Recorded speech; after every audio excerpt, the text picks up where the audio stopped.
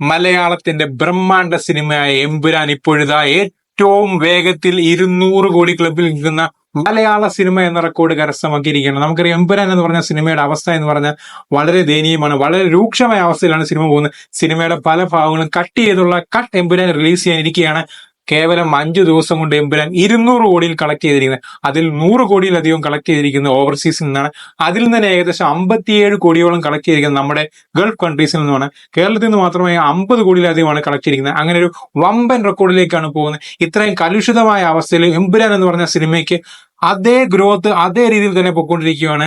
ഈ കഴിഞ്ഞ ഞായറാഴ്ചയിൽ എമ്പുരാൻ കേരളത്തിൽ മാത്രം കളക്ട് ചെയ്തിരിക്കുന്ന ഏകദേശം 12 കോടിയോ അടുത്ത രൂപയാണ്. അതായത് എമ്പുരാന്റെ പോക്ക് ഇങ്ങനെ ആണെങ്കിൽ എവിടെ ചെന്ന് നിൽക്കുമെന്ന് പറയാൻ പറ്റത്തില്ല. ഫൈനൽ ഔട്ട് എന്ന് പറയാൻ ചിലപ്പോൾ 300-350 കോടിയായിരിക്കണം. കാരണം അത്രയ്ക്കും ഒരു ഇമ്പാക്റ്റ് ആണ് എമ്പുരാൻ സൃഷ്ടിക്കുന്നത്.